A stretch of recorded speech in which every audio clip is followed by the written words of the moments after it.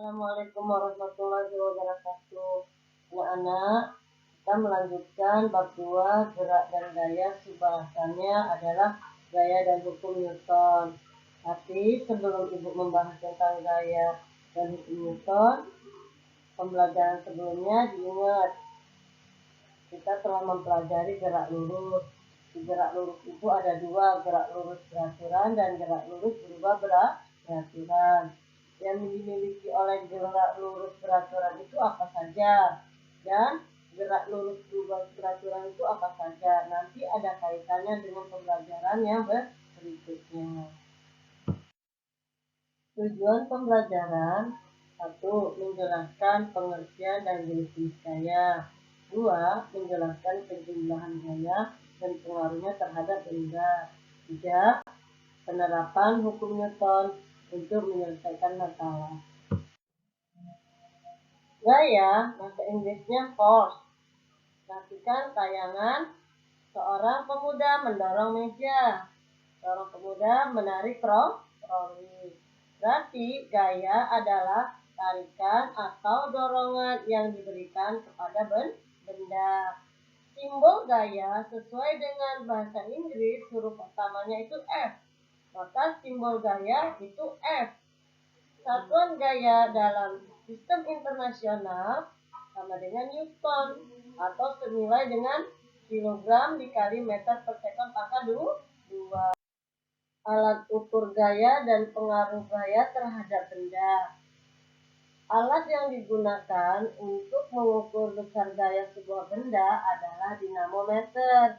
Itu juga neraca pegas seperti terlihat pada gambar. Anak-anak, apa ya pengaruh gaya terhadap benda? 1. Mengubah posisi benda.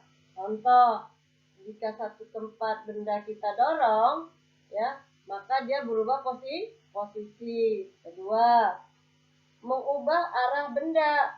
Misalnya bola yang ditendang orang lain, kita tangkap dengan kaki kita tahan, ingin mengarahkan ke gawang. Berarti merubah arah benda.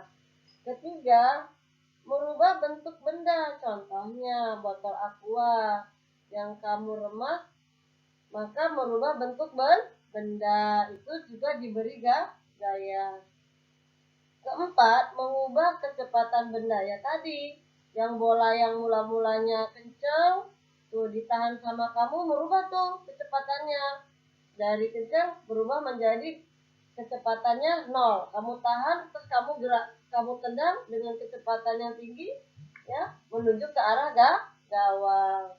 Ada satu lagi yang kelima, itu adalah merubah volume benda. Tadi, misalnya botol aqua yang penuh itu isinya kamu tuang tuh ke dalam wadah yang lain. Kemudian kamu beri gaya, ya. Kan berubah tuh bentuknya. Coba isi lagi. Air yang sama volumenya. Penuh nggak? Nggak bisa kan?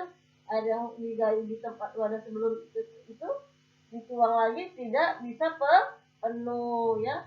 Tidak bisa tertampung seluruhnya. Jenis-jenis gaya. Ada dua jenis gaya, yaitu 1.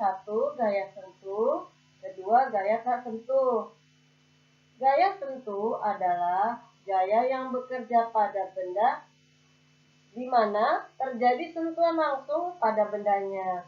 Contoh gaya sentuh. Itu pada gambar terlihat gaya otot, orang menendang bola. Kaki yang diberikan gaya kepada bola. Kemudian gaya pegas, seperti terlihat gaya pegas orang menarik pada karet ketapel langsung. Kemudian gaya gesekan, terlihat orang mendorong lemari. Itu biasanya kalau orang mendorong lemari itu di bawah lemari itu supaya mudah untuk mendorongnya dikasih benda tertentu, ya, supaya pas dorongnya tuh licin, gampang. Tujuannya apa? Untuk memperkecil gaya gesekan, bersentuhan langsung dengan ubin. Selanjutnya gaya tak sentuh. Gaya tak sentuh adalah gaya yang bekerja pada benda dan tidak terjadi sentuhan langsung pada bendanya. Contohnya gaya listrik, terlihat pada gambar. Ya, penggaris itu memiliki muatan listrik, bisa menarik kertas yang ada di dekatnya. Kemudian gaya magnet itu tidak langsung, tapi dia punya kekuatan untuk menarik benda yang berbentuk logam. Yang ketiga yaitu gaya gravitasi. Itu nggak disentuh, tapi dia mempunyai gaya tersendiri, yaitu gaya gravitasi, yaitu jatuh ke bumi. Penjumlahan gaya, anak-anak, gaya itu termasuk besaran vektor karena dia memiliki besaran dan arah. Contoh yang lain daripada vektor itu adalah kecepatan. Ingat, kecepatan itu kan perpindahan, ya. Perpindahan itu ada arah. Jadi sekarang kita masuk ke penjumlahan gaya. Gaya sejajar dan searah. Gaya sejajar searah terlihat pada gambar. F1 besar gayanya 2 Newton. Kemudian F2 besar gayanya 5 Newton. Berarti resultan gaya sama dengan F1 ditambah F2 sama dengan 2 Newton ditambah 5 Newton sama dengan 7 Newton. Lihat ya anak-anak, arahnya kan sama tuh. Maka dia dijumlah. Ke arah kanan itu positif. Ya. Tuh, contohnya kalau kita mau dorong mobil, kan pasti semua yang bantu arahnya sama.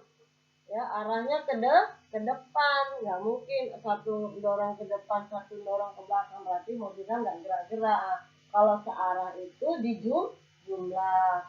Kita buat di sini ketentuannya bahwa ke arah kanan itu positif ya anak. Lanjut. Gaya sejajar dan berlawanan arah. Ya, pada gambar F1 itu 2 Newton ke kanan. F2 5 Newton ke kiri. Maka jika ada penjumlahan F1 tambah F2, maka F1-nya 2 Newton itu positif. Nah, pas F2-nya minus 5 Newton. Artinya apa? Arahnya ke kiri. Maka 2 Newton kurang 5 Newton sama dengan 3 Newton. Ke arah mana? Ke arah kiri. Contoh soal. Ali dan Bagus melakukan tarik tambang. Ali menarik tambang dengan besar gaya 300 Newton. Dan Bagus menarik tambang dengan besar gaya 400 Newton seperti pada gambar. Berapakah resultan gaya dan ke arah manakah gaya tersebut? Jawab. Lihat, kalau Ali arahnya kemana? Ke kiri, besarnya 300 Newton. Bagus, ke arah kanan, besarnya berapa? 400 Newton. Maka resultan gaya dari mereka berdua itu sama dengan R sama dengan F1 ditambah F2. F1-nya karena ke kiri minus 300 Newton. Kemudian tambah 400 Newton. Kenapa positif? Karena ke arah kanan. Maka hasilnya sama dengan 100 Newton. Ke arah mana? Karena positif ke arah kanan. Latihan soal, anak-anak kerjakan latihan soal ini nanti di link di klik. Ibu bacakan ya. Bagus dan Lani mendorong sebuah lemari ke kanan secara bersamaan seperti pada gambar. Jika gaya yang dikeluarkan oleh Bagus dan Lani secara berturut-turut 50 Newton dan 40 Newton, maka berapa total gaya atau resultan gaya yang dikeluarkan keduanya?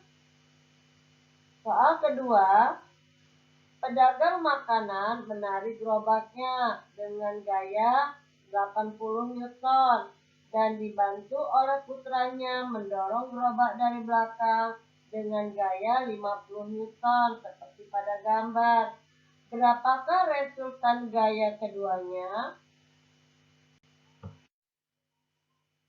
Sebelum mempelajari hukum Newton 1, lakukan aktivitas berikut ini. 1. Ambil selembar kertas dan gelas berisi air penuh. Letakkan kertas di atas meja dan gelas berisi air penuh seperti pada gambar. Kedua, tariklah kertas secara horizontal dengan sekali hentakan yang cepat. Amati peristiwa yang terjadi. Ulangi kegiatan hingga 3 kali. 3. Tariklah kertas secara horizontal dengan perlahan. Amati peristiwa yang terjadi. Ulangi kegiatan hingga 3 kali. Pertanyaannya, bagaimana keadaan gelas pada perlakuan kedua? Pertanyaan kedua, bagaimana keadaan gelas pada perlakuan ketiga? Pertanyaan ketiga ya. Apa yang mengakibatkan perbedaan keadaan gelas akibat perlakuan 2 dan 3? Yang menyebabkan perbedaan itu apa? Terus yang keempat, berapa besar resultan gaya pada benda diam? Anak-anak, nanti untuk pertanyaan yang nomor 4 kamu jawab setelah kamu mempelajari tentang hukum Newton. Hukum Newton 1. Jika resultan gaya pada suatu benda sama dengan 0, maka benda yang mula-mula diam akan terus diam atau mempertahankan keadaan diam. Sedangkan jika benda itu bergerak, maka ia akan bergerak terus dengan kecepatan tetap. Secara matematis, ya, dinyatakan sigma F sama dengan 0. Kemudian, hukum Newton 1 itu mempunyai sifat inersia. Artinya apa? Kecenderungan mempertahankan posisi. Contohnya saat kita berada di kendaraan, ya, pada saat kecepatan kendaraan itu tetap, maka kita di dalam kendaraan itu nyaman dan stabil. Namun, jika kendaraan mengalami perubahan kecepatan, ya, atau ketika bus itu direm mendadak, kita akan terdorong ke depan karena kita mempertahankan keadaan kita atau sebaliknya. Nah, contoh lain apa itu? Lihat di gambar, ada seorang sedang di atas salju bermain ice skating. Salju itu sangat licin. Maka, jika si pemain ice skating itu bergerak di atas salju, gaya gesekannya itu 0. Sehingga pada saat dia bergerak di atas salju itu memiliki kecepatan yang nyaris atau hampir ya konstan. Maka hukum Newton 1 berlaku pada saat orang sedang main ice skating di atas salju. Hukum 2 Newton dirumuskan. Diperoleh hubungan antara gaya F, massa M, dan percepatan A adalah A sama dengan sigma gaya dibagi massa. Sehingga sigma gaya sama dengan massa dikali percepatan. Yaitu keterangan di sini ya nak. Sigma gaya itu jumlah seluruh gaya. Satuannya Newton. A itu percepatan. Satuannya meter per sekon pangkat 2. N itu massa benda, satuannya kilogram. Contoh soal, sebuah benda bermassa 10 kg bergerak dengan percepatan 2 meter per sekon kuadrat. Berapakah besar gaya yang diberikan pada benda? Diketahui massa benda dilambangkan dengan M sama dengan 10 kg. Percepatan dilambangkan dengan huruf A kecil sama dengan 2 meter per sekon kuadrat. Ditanya, berapakah besar gaya atau F sama dengan? Jawab, rumusnya F sama dengan M dikali A. Berarti M-nya 10 dikali A-nya 2. 10 kali 2, 20. Hasilnya 20 Newton. Contoh soal berikutnya. Sebuah benda dikenakan gaya yang berlawanan arah, yaitu 20 Newton dan 10 Newton, sehingga menyebabkan benda tersebut bergerak dengan percepatan tertentu. Jika massa benda 2 kg, hitunglah percepatan benda tersebut. Nah, anak-anak, itu ada trik menghafal rumus. Ibu buat itu segitiganya. Ya, dijawab, diketahui. Sigma gaya, ya, itu kan di soal berlawanan arah. Berarti 20 Newton dikurang 10 Newton sama dengan 10 Newton. Massa benda sama dengan, atau M sama dengan 2 kg. Ditanya percepatan atau A kecil, dijawab. Ingat, kalau ditanya A kecil atau percepatan, tutup A-nya, maka lihat sigma F dibagi M. Rumusnya. Berarti sigma F-nya 10 dibagi 2 sama dengan 5 meter per sekon pangkat 2. Berarti percepatannya adalah 5 meter per sekon pangkat 2. Perhatikan ilustrasi berikut ini.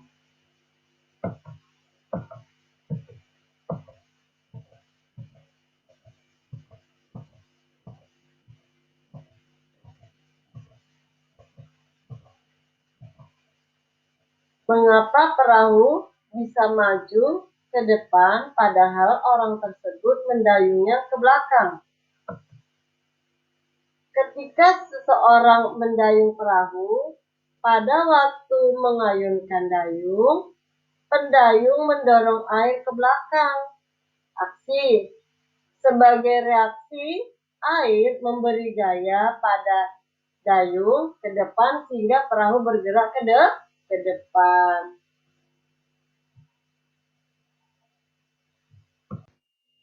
Hukum 3 Newton. Ketika suatu benda memberikan gaya aksi kepada benda kedua, maka benda tersebut memberikan gaya reaksi sama besar terhadap benda ke-1, tetapi arahnya berlawanan. Secara matematis, gaya aksi sama dengan min gaya reaksi. Kenapa min? Karena arahnya berlawanan. Contoh dari hukum 3 Newton itu seperti pada tampilannya, ada anak memberikan gaya aksi. Anak itu adalah benda yang pertama, memberikan gaya aksi kepada benda kedua. Yang benda kedua itu berupa tembok. Maka tembok memberi gaya reaksi kepada anak. Makanya saat kita menekan tembok itu, tangan kita berasa sakit. Karena tembok memberikan gaya yang sama besar terhadap apa yang kita berikan. Begitu juga contoh kaki kita yang berada di atas ubin yang keras, ya. Itu kaki kita memberi gaya aksi kepada tanah, ya. Kemudian tanah memberi gaya reaksi terhadap kaki kita. Makanya kita pada saat menginjak tanah posisinya stabil.